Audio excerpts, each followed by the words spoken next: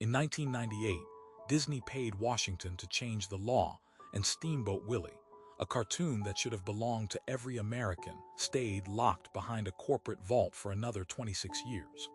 The move protected an estimated $20 billion in intellectual property. Not one member of Congress who voted yes was ever held accountable. So why has no one ever told you this? The Disney company built its entire public brand on magic and generosity. Walt Disney himself told audiences for decades that his stories were gifts to children, to families, to the culture. Mickey Mouse was not a product, he was a symbol. That was the story.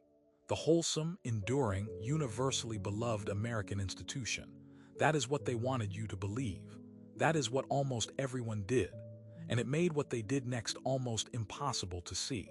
But here is what was actually happening behind that image.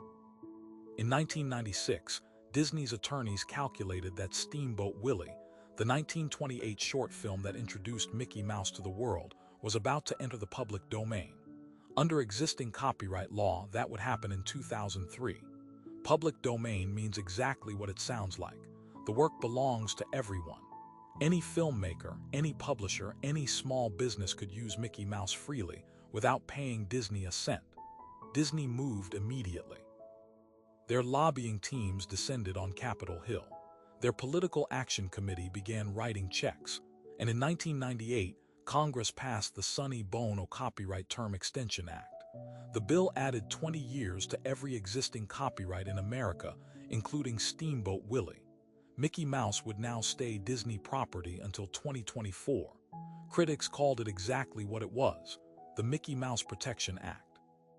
The bill's primary sponsor was Representative Mary Bono, widow of Sonny Bono. Disney's PAC had contributed to her campaign. That is not a coincidence. That is a transaction. But here is what they really did not want out. The coverage at the time was almost non-existent. A few intellectual property attorneys noticed. A handful of academics wrote papers. Stanford law professor Lawrence Lessig called it unconstitutional and built a legal challenge that went all the way to the Supreme Court. The Supreme Court ruled 7-2 in Disney's favor. 2 justices dissented. Justice Stephen Breyer wrote that the extension cannot be justified as a rational exercise of the copyright power. He was right. It didn't matter. Disney got what it paid for. The mainstream press buried the story under the noise of the Clinton impeachment and the dot-com bubble. Nobody was watching copyright law. Disney counted on that. Here is the scale of what actually happened. The Copyright Term Extension Act did not just protect Mickey Mouse.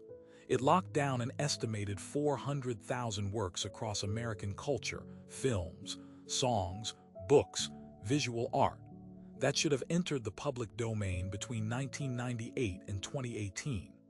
Works created by composers who were long dead. Novels whose authors would never see another royalty. Recordings that universities, libraries, and independent filmmakers could have used freely to educate, preserve, and build new things on top of. The economic value of the public domain is not theoretical. When a work enters the public domain, its cost drops to zero. Educators can use it. Documentarians can film it.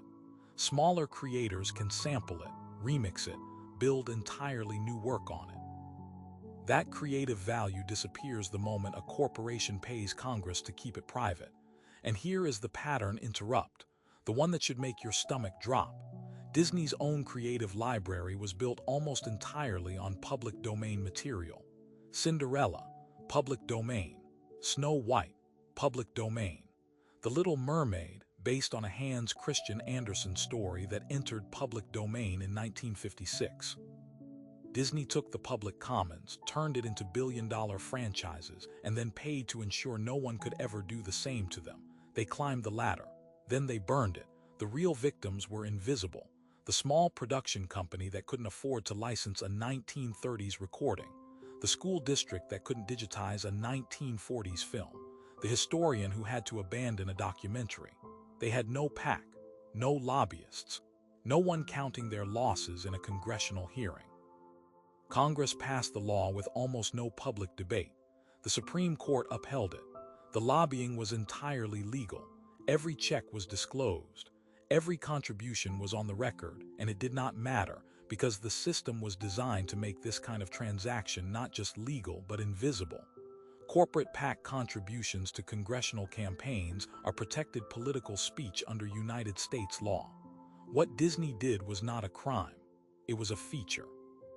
The system was built to allow exactly this, a corporation large enough to fund campaigns writing the laws that govern its own profits.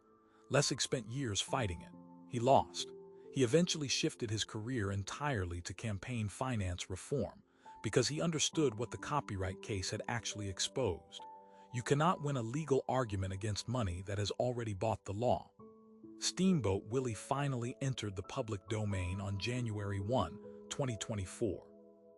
But the version of Mickey Mouse most people actually recognize, the white gloves, the round ears, remains protected under trademark law. Disney's legal team has already said so publicly. The goalposts moved again.